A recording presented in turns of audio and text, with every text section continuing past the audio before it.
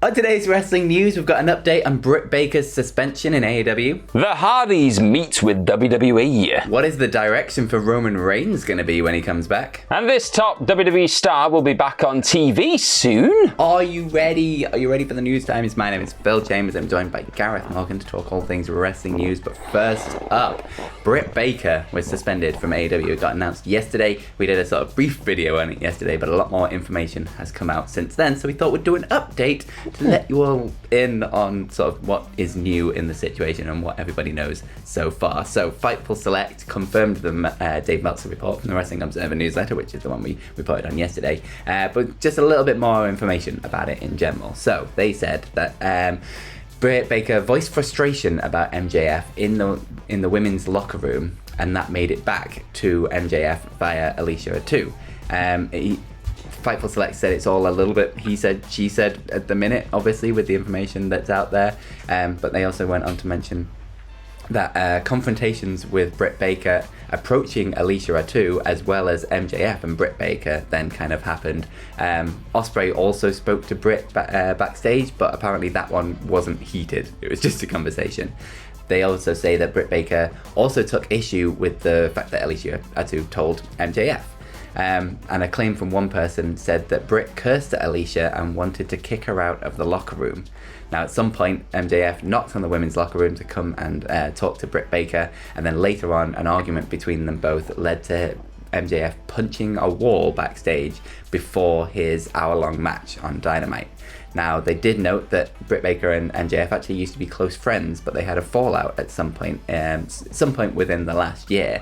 Now, Fightful Select also asked AEW why sort of MJF didn't get suspended. He was kind of involved in it all. And they basically said that there was an investigation backstage, HR got involved, and they were told that the investigation was conducted and numerous witnesses were interviewed and the suspension was decided on.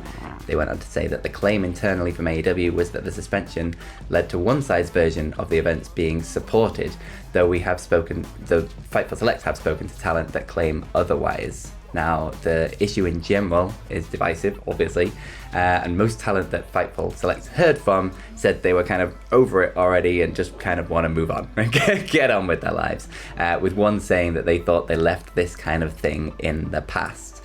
So, obviously, a lot going on backstage within AEW. I guess the biggest plus sides of this is that the sort of disciplinary committee that they've set up ever since all of the CM Punk stuff and HR got involved quickly and sort of decisively, and hopefully that's it. Like, they could just nip this in the bud and move on. But other people have a few other updates from it. Andrew Zarian was speaking on his Mat Men podcast, and he said that this is not a one-off. One confrontation is not the reason. In general, this is not the first time something like this has happened, where there's kind of negativity backstage, going on to say that this isn't the first time there has been issues with Britt.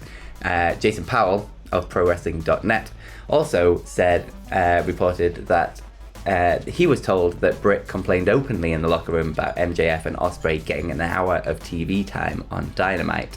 Alicia Atu was in the room, and Baker assumed that she told MJF. So Baker then confronted Alicia Atu, which later led to the argument involving Baker and MJF.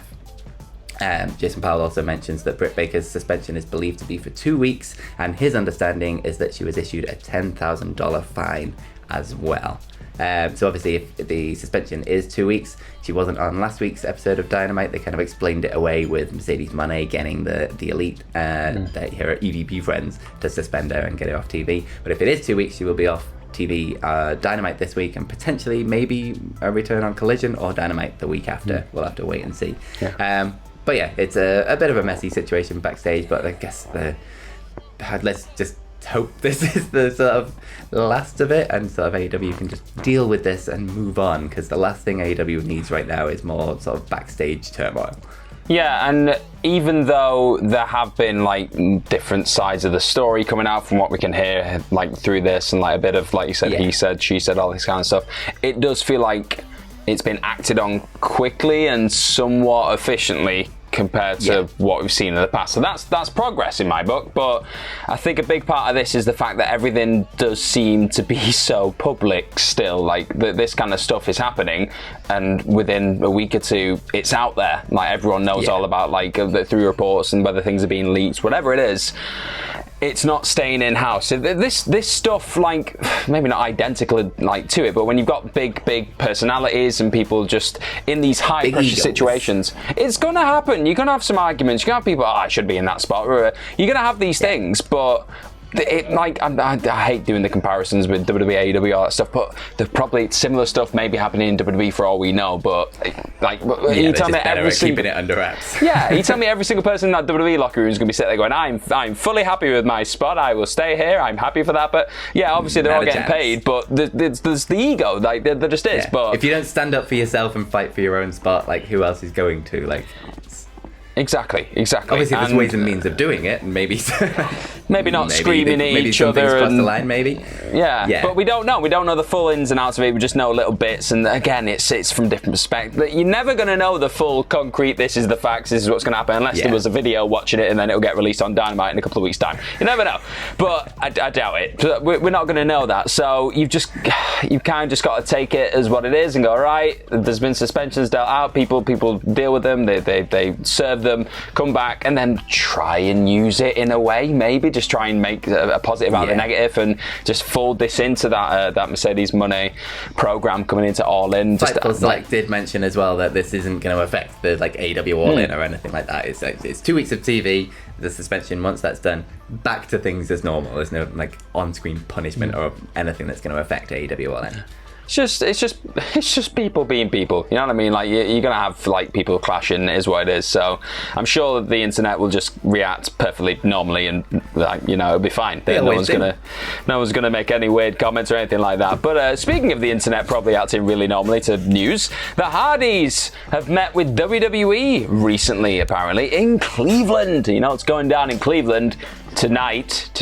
Can't get used to WWE PLEs going down on a Saturday. It's a weird old time. But in Cleveland, obviously that's happening, SummerSlam. But Matt and Jeff Hardy were in Cleveland, and there's a few different reports on this. So initially, I think PW Insider reported that they met with the officials in Cleveland on Friday morning, and there wasn't really any word at that point why they were there. It was they apparently they filmed. They'd heard that they'd filmed some content that was going to be rolled out via WWE Digital. So that's what PW Insider heard initially, and then there was an update from Fightful that reported that they were meeting with WWE to film content and interviews for upcoming documentaries. So that's what Fightful updated, and it's a weird one, this, isn't it? Because we've seen that in the past. Maybe people get slowly introduced back into WWE through video games, documentaries, whatever it is, and then it's only a matter of time before they start popping up on TV again. And right now, with WWE and TNA having a bit of a relationship, I'm not sure. I don't think the Hardys are fully officially signed to TNA. I think they are free agents and they just kind of pop up wherever they want. But because of that relationship, and they have been showing up on TNA, a lot of people have just joined those dots and gone, well, it's only a matter of time. You never know with this kind of stuff. But if you're thinking, they might pop up at SummerSlam on Saturday night, well, they are currently scheduled to be in Florida on Saturday night tonight for TNA's television tapings at the Florida State Fairgrounds. So it's not gonna happen by the looks of it. They appeared as well at the Destination WrestleCon convention in Cleveland. That was yesterday. And then Matt Hardy, he had a match against Nick Gage for Game Changer Wrestling GCW, and that was on Friday as well. So they were in and around Cleveland. They were doing stuff, and they probably just tried to two birds, one stone it, and just meet up with WWE and just have a bit of a chat. And who knows where this goes? The Hardys at this point, how excited would you be to see them pop up on the main roster? I personally would probably prefer to see them in NXT, because I just think that would be really interesting right now with everything that's going down there. But I don't know. We don't know what the future holds for them. Yeah, absolutely. We'll have to wait and see. They often bring people back to do these kind of documentary style talking heads type videos and like talk about things in the past, whatever they're doing with the sort of digital platforms. But yeah, let us know down in the comments below. Do you want to see the Hardys back in WWE at all? Let us know down there. But moving over, speaking of WWE and speaking of, well, potential for SummerSlam, we've got a potential direction for Roman Reigns whenever he returns. Will it be tonight? Let us know that in the comments below too. But this is coming from WrestleVotes on Twitter.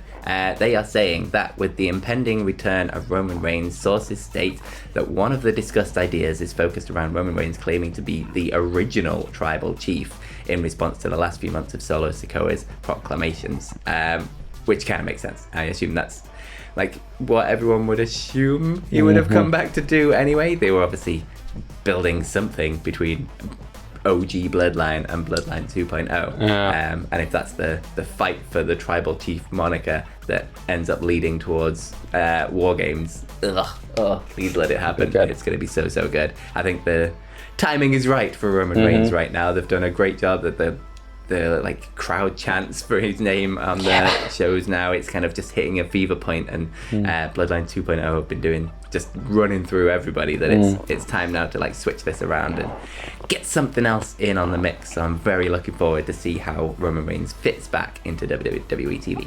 I can already see the t-shirt being printed, the OGTC. I can see it. It makes sense. Like, yeah, they've very much been leaning into that on SmackDown. I think Cody Rhodes was very much like, I'm facing the pretender tribal chief in Solo Sikoa. Like, they've been leaning into this. So I do hope he comes back. The noise will be loud. If there was a roof on that stadium, they would blow it off. I don't know if there is a roof, but yeah, they'd still get blown off anyway. So it's going to be a big, crazy moment, hopefully, if he does return. Maybe The Rock even comes back. We don't know. There's going to be surprises. It's SummerSlam. It has become a place, like, over the last couple of years where just mad things can happen. So, yeah, you let us know what kind of mad things you think could happen at SummerSlam, like what returns could happen, what things could go down. Speaking of a return, or a thing that could go down at SummerSlam as well, Jimmy, I can't say his word. I was saying Jay and Jimmy there, and it came out Jimmy. There you go. So Jimmy Uso apparently is very close to a comeback for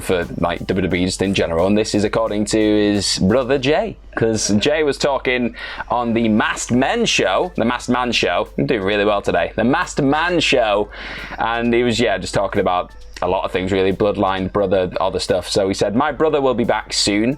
I want to see him on TV. Like, if you really pay attention to Jimmy is funny as hell. He started shining on SmackDown for a little bit, then he got hurt. I'm excited to see his character back on TV, how he is with Roman now, even with me. For some reason, when I was like looking over this report, it completely must have passed under my radar that Jimmy was actually dealing with a proper injury. Like it wasn't just written off TV, just like as part of the storyline. I thought, he's taking some time off. For whatever reason, I just didn't catch that he'd been properly hurt. So yeah, I hope the recovery's been okay, Jimmy. Sorry, mate. I forgot to send my card out.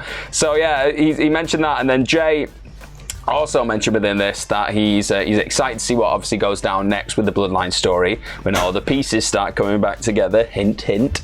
But then from like a real life non-kayfabe side of things, he's quite proud to see his little brother Sikoa thriving in WWE. So you can't say things like that in the news, Jay. People will see. You can't say things like that. How dare you? But yeah, it's all Bloodline stuff, and it feels like it's starting to. Not that it hasn't been heating up over the last couple of weeks. I think it's been simmering quite nicely.